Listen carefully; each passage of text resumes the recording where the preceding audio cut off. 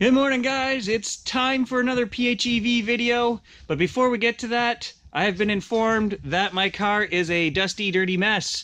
So just because the compressor happens to be 2 feet from where I parked the car, I will indulge you on this Hee Haw. Here we go.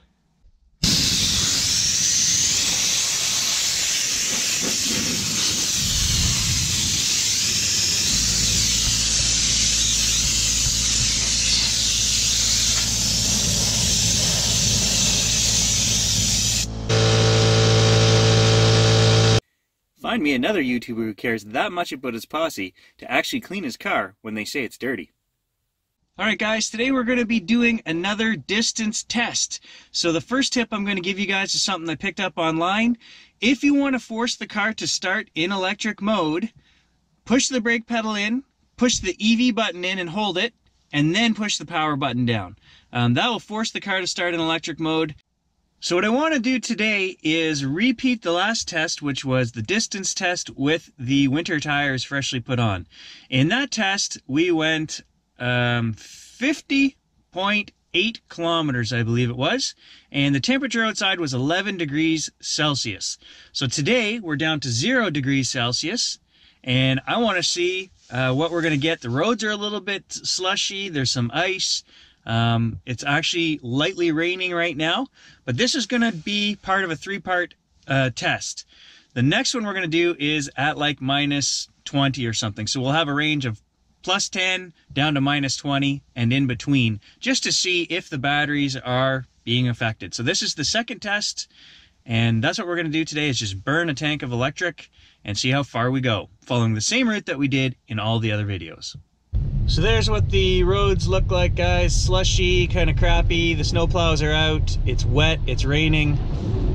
And we're starting out at 0 degrees. It's probably gonna look warmer as we get into the downtown core, because this is gonna be a pretty much in-town driving test. So the gasometer is showing 37 kilometers, and we have no heat on, no electric seats on. And that's gonna be the running conditions for the day. I always forget to do this. We are 2.8 kilometers into the trip. I forgot to start the Watchdog app. I'm going to turn the phone on and do that now. Okay, so the Watchdog is now up and running. We're going to be short 2.8 kilometers on the trip, but that's my bad. So we're actually 5 kilometers into the trip. We're almost downtown now, and the temperature has come up to 3 degrees Celsius. So quite a big difference there from out at my place, but I'm still going to count this as a 0 test. That's what I started as. That's all I can do, guys. I think this would be a good time to mention that a lot of people who watch my channel keep mentioning EV Unplugged, Andy in Australia's channel. And, you know, there were a couple harsh comments left on my channel that people shouldn't be buying these because Mitsubishi is not covering the warranty, etc. No, I want to be clear, guys. I watch Andy's channel. I speak with Andy in the forums, and sometimes we send each other messages and whatnot. And if you're watching Andy's channel, you'll see that Mitsubishi Australia is doing exactly what Mitsubishi Canada told me they would do. They've acknowledged that, you know, I've said that my battery's down 7%. I'm a little worried about it, but I don't have a problem. And they said, don't worry about it. We have your back. We look at all of these on an individual case. And on Andy's channel, if you're still watching his channel, they're going through the process right now, and they're in negotiations with Mitsubishi, who is actually worked out some deal with them that's not finalized, and they're looking at getting their batteries replaced or whatever it is. I don't know what the solution is, but they are working with Mitsubishi, and Andy seemed fairly content with where the negotiations were going. So anybody who watches just a video here or there and then they want to post comments and things like that, don't, guys. Stay up to date, stay tuned, watch. You have to watch and see how it unfolds. You have to see how all of these guys who are complaining, what was the resolution? You can't jump into the conversation midpoint, and then that's how rumors kind of get spread. We don't know what the resolution is yet, but all I can say is that so far, Mitsubishi seems to be working with those guys that are having issues, from what I've seen and what they're saying on their channels. So we'll leave it at that for now. And a little update for you guys who watch my metal detecting videos. I finally sought out help for the tendonitis, which has been killing me for 5 months. I went into the physiotherapist and he just said, you should have come and seen me a couple months ago. He assures me that within 3 weeks here, he can fix my arm. They have like this little jackhammer tool. Essentially, that's exactly what it looks like. And he just gives you a couple thousand wonks on the elbow with that, and a bit of heat and a bit of muscle treatment, and you do that for 3 weeks, and he says I'll be as good as new. So the tendonitis that ended the season early this year should not be a problem next year. So there's the lake, guys. You can see it is starting to freeze over. We've had minus 20 degrees Celsius weather all week, and the week before that as well, quite a bit. So today is kind of an anomaly here at plus 2 degrees right now. So in the last video, I gave you guys a tip about showing the guy behind you a bit of brake lights that they don't recognize you're slowing down unless you hit B5, your brake lights come on, or if you tap the brakes. The guy that's currently, I don't know if you can see him back there behind me, for the last mile and a half, he's been right on my bumper. So I gave him the B5, the brake lights came on, and he's backed up a couple car lengths. So it does actually work, and I appreciate it. I'm joking about it right now, but guys, in all seriousness, it's slippery, it's wet conditions out there. That's the last thing I need, is to get rear-ended by some guy in a 1994 Honda, who the whole value of the vehicle is, you know, 200 bucks. So feel free to use my trick.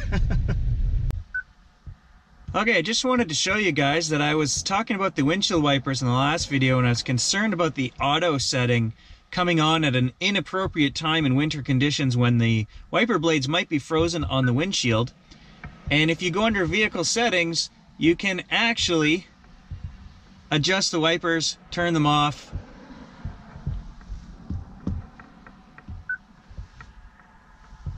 Click the change button, you can actually take it off of rain sensing, and you can pick 4 seconds or variable, and then your switch, your control over here, if you only put it down 1 notch, then it's not using the auto sensing anyway. So nothing to worry about. Okay, almost 20 kilometers in, we're back down to 2 degrees Celsius, and the gasometer is showing 22 kilometers left. Hey, I missed it. Milestone, 15,000 kilometers. Woo! So the battery on my phone was just about to die. I forgot to plug the phone in. And when you do that, Android Auto starts every time you plug the phone in. And that makes my Watchdog app shut off. So now this trip is going to have multiple recordings with the Watchdog app. Nothing I can do about that. Yeah, so the crap on the road here, it's quite a bit of snow and slush. I think it's really affecting our distances here, but that's to be expected. So I don't know if we're gonna come anywhere close to 50 kilometers, but we're certainly gonna try. We're following all the same rules that we did before. Be zero and as gentle as I can on the accelerator. Oh, there's some deer on the road up here in front of me. I'll just pull ahead. There he goes.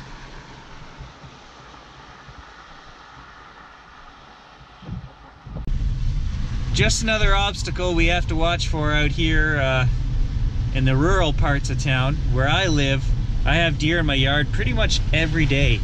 So when I come home at night, you know, when we hit our little back road there, we make sure we really slow down, because we know quite a few neighbors that have hit a deer in the last 3-4 years.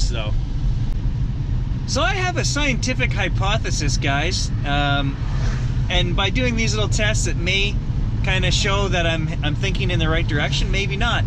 But what I'm thinking is that in these crummy conditions where we've got 0 degrees and the roads are sloppy with the winter tires, we are going to get the worst distance.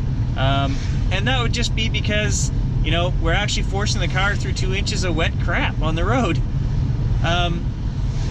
That being said, I don't think the cold temperatures are affecting these batteries hardly at all. They do have a warming system in the car for the battery, and from what I've seen, I'm still getting really good, close to summer numbers when I'm not running the heat.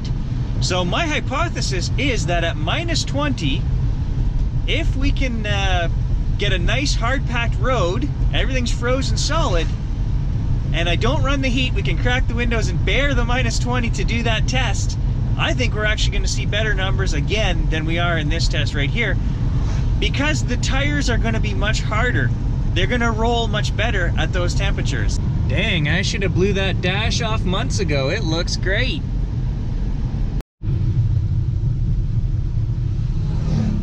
Only in Northern Ontario. Okay, so gasometer is showing nothing left. The engine hasn't started yet. Just show you guys the eco information. As you can see, our average consumption 16.4 kilowatt hours. We have not used any fuel yet. And at any second, the engine is going to start. And there it goes. So EV mode canceled. 44.3 kilometers, guys. Not bad at all. Unfortunately, these two are the trip that we just took.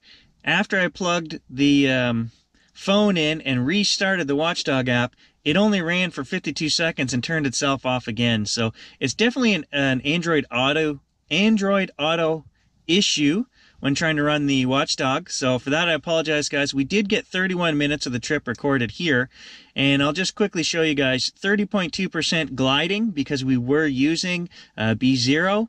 There's 19 kilometers registered here that we first covered, and our average kilometers were 36 kilometers an hour, and our maximum was 62, which is pretty close to what we were doing in the other tests. So we pretty much followed the exact same rules, and that's the data that I've got here. In that 20 minutes, we lost from 32.5 down to 22.2 amp hours. And there's some consumption numbers for you guys. So I am trying to be on the up and up. It's just I don't have great luck when trying to run the Watchdog and Android Auto and all that other stuff, even when I do remember to turn it on. So I apologize for that. So this test, in a way, actually surprised me that we only lost 6 kilometers overall. And I don't think that was a temperature issue. I think that was a crummy road condition issue with the slush and the water and the ice and everything on the road. I think that's where we lost the kilometers today. But it's something to keep in mind that in those conditions, 0 degrees or thereabouts, the road conditions, you're going to lose more kilometers. Now, if we compare this to the tests that we were doing a couple weeks back in hunting season, we were getting 32 kilometers maximum distance on the highway. So for us to hit 43 point whatever today, that's pretty good. That's showing me that no matter what the temperature is, the battery is not really changing temperature-wise. I think it's road conditions, winter tire conditions, and then if we run the heat on top of that, the last test I showed you guys, we get around between 22 and 25 kilometers. So overall, I really am impressed with how my batteries are working in the cold. Thanks for watching.